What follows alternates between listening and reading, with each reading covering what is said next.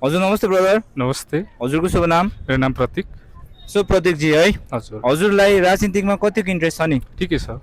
ठिकै छ भन्नुभयो हजुर। है। जस्तै पछिल्लो समयमा हाम्रो प्रधानमन्त्री बालेन्द्र शाहले संसदमा के भन्नुभएको छ भने भारतले त हाम्रो देशको सिमाना मिच्यो, हामी नेपालीले पनि सिमाना मिचेको छ भन्ने अभिव्यक्ति दिनुभएको छ।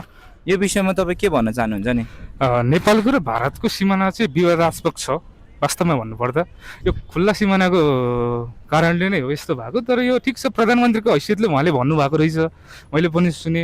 उहाँको केही अध्ययनले हो कि, तर मेरो विचारमा मैले आजसम्म थाहा नपाएको कुरा हो यो, नेपालले पनि भारतको सिमाना मिचेको छ भन्ने। र ठिक छ, उहाँले पुष्टि पारिदिनु पर्यो, त्यही हो।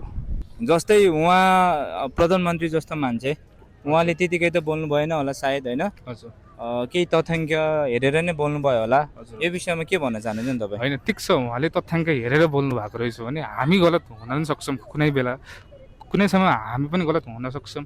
ठिक छ, प्रधानमन्त्रीको जस्तो हैसियतले उहाँले बोल्दा केही न केही तथ्याङ्क अनुसारले उहाँले बोल्नु भएको होला, त्यो हामीले स्वीकार पनि गर्नुपर्छ।